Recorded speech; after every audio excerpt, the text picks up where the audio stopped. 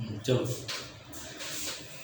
अभी last time अपन ने क्या डिस्कस किया था कि बच्चे भीड़ भाड़ में क्यों जाते हैं, और उनको जो एवरेज बच्चे रहते हैं तो उनको क्या क्या प्रॉब्लम्स होती हैं। छोटी क्लासेस में पढ़ना कितना अच्छा रहता है, बड़ी क्लास में पढ़ना कितना दुखदायी रहता है। तो आज हम ये डिस्कस करते हैं कि भाई जब आपको मालूम है कि हम एवरेज हैं या बिलो एवरेज हैं, तो क्यों फिर भीड़ भाड़ में जाना पसंद करते हो क्लासेस में। आप जैसे आप जा चुके हो, क्या एक्सपीरियंस रहा आपका?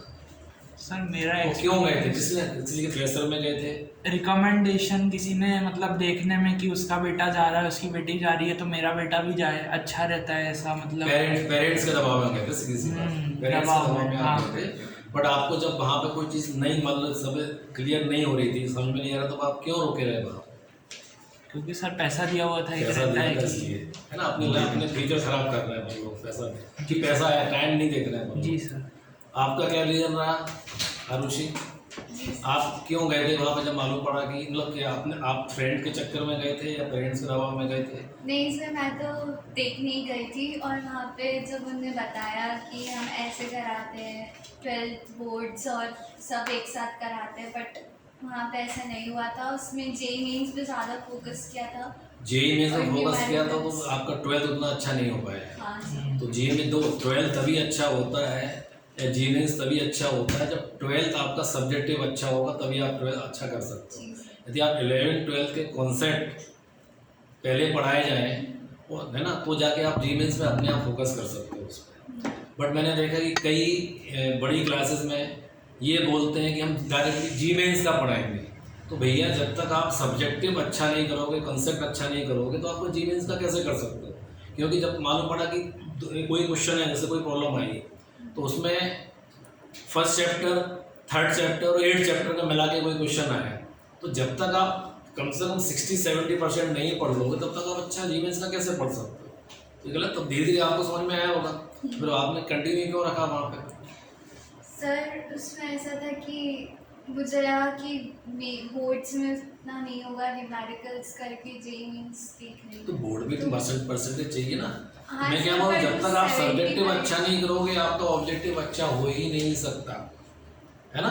फिर भी अपन लेकर कि अपन ने भी फीस भर दी थी वहाँ पे, तो एक दुख वो भी होता है। तो कई बच्चे दोस्तों के साथ, दो तीन तरह से होता है, तो बच्चे फ्रेंड जा रहे हैं इसलिए हम जाएंगे, है ना।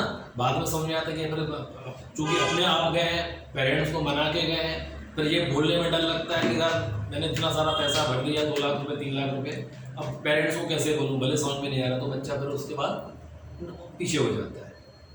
दूसरा होता है कि पेरेंट्स एक दूसरे से सुनते हैं कि नहीं यार उसका बेटा वहाँ पे या उसकी बेटी बहुत अच्छा उसने किया, तो हमारा बच्चा वो हमारी बेटी भी कर लेगी।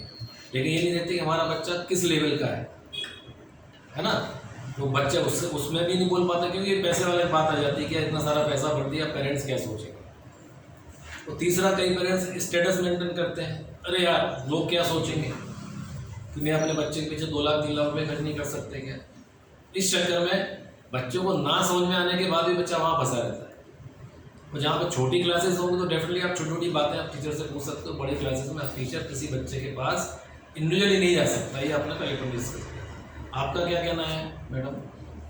सर मैं तो रिलेटिव्स की वजह से गई थी, और वो मतलब अच्छा पढ़ता आया था, तो उसके मम्मी पापा ने देखो, आपको जो प्रॉब्लम आ रही थी वहाँ पे, तो आपको पेरेंट्स को नहीं बोला कि मुझे समझ में नहीं आ रहा है? बोला था, बट फीस दे चुके थे। फीस दे चुके, मतलब मेन आपका एक चक्कर भी अपन इतने सारे फीस ले चुके हैं, तो उस चक्कर में अपन कैसे बात है, पेरेंट्स क्या सोचेंगे, है ना।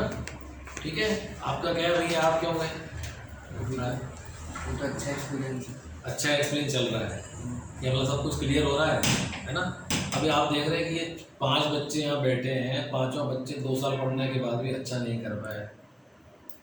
तो आपको ऐसा लग रहा है कि आपने कोई एग्ज़ाम दिया है अभी तक 11th का? वहाँ पे तो रोज ही होते हैं। वहाँ पे नहीं बात कर रहा हूँ मैं, एग्ज़ाम तो ये भी रोज़ वहाँ देते थे, मार्क्स भी इनके आ जाते थे 60-70%, बट नॉलेज तो करीब करीब मैंने देखा कि नील के नील है। तो मार्क्स तो वो मैनिपुलेट करते रहते हैं, वो लोग मार्क्स को मैनिपुलेट करते रहते हैं कि अभी कभी मतलब 60 नंबर दे देंगे, 100 में से कभी 40 दे देंगे, और आपको भ्रमित करते रहेंगे कि भैया आप कभी अच्छा कर रहे हो, कभी अच्छा नहीं कर रहे हो। ये होता है कि नहीं होता है? होता है सर, है ना।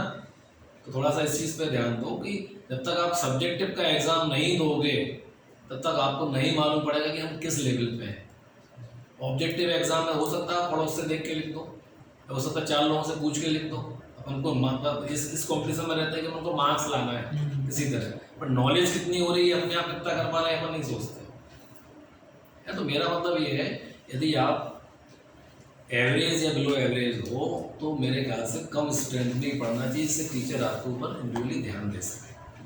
क्या सोचते हैं आप लोग? सही है है ना। ये मैं देख रहा हूँ कि मेरी क्लास में हर साल मैं देख रहा हूँ कि 8 से 10 और 15 बच्चे आपके करीब आते हैं, और उनके जो मैं बेसिक देखता हूँ वो एक तरह से मुश्किल से 20% 30% रहते हैं। चैप्टर के नाम मालूम रहेंगे, चैप्टर के अंदर क्या है ये नहीं पता है।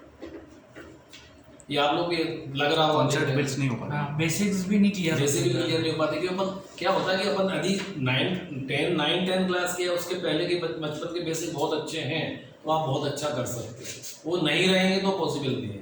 10 क्लास तक तो क्या होता है, माइंड वाले क्वेश्चन नहीं रहते हैं, कोई भी बच्चा 80-90% ले आता है, तो पेरेंट्स क्या सोचता है मेरा बच्चा बहुत अच्छा है। 11th में आके एकदम मालूम पड़ता है कि भैया बच्चा किस लेवल का है, कि हर क्वेश्चन डिफरेंट होता है, हर क्वेश्चन के बारे में सोचना पड़ता है।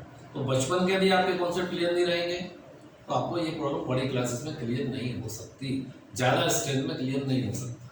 आपको इंडिविजुअली जहाँ 10 12 15 बच्चे हैं वहाँ पर बैठ के पढ़ना चाहिए। मेरे सजेशन तो ये है।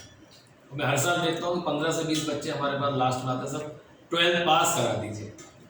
मतलब क्या, आपने 2 साल भी खराब कर लिए, पैसा भी खराब कर दिया और नॉलेज भी आपकी खराब हो गई, कॉन्फिडेंस भी आपका लूज हो गया है ना। फिर बस किसी तरह डिग्री करना, डिग्री लेके छोटी मोटी नौकरी करना और हो जाता है ना। तो ये सजेशन मैं रहता हूँ कि भैया अपने छोटे भाई बहनों को इस तरह से समझाएं कि हाँ बच्चा आपका बहुत अच्छा है, भाई आपका बहुत अच्छा है, तो आप कहीं भी भेज दो, कहीं भी पढ़ लें। क्लासेस कोई बुरी नहीं होती, क्लासेस सब अच्छी होती है, टीचर सब अच्छे होते हैं, बट अपने लायक है कि नहीं है क्लासेस वो अपन को देखना रहती है।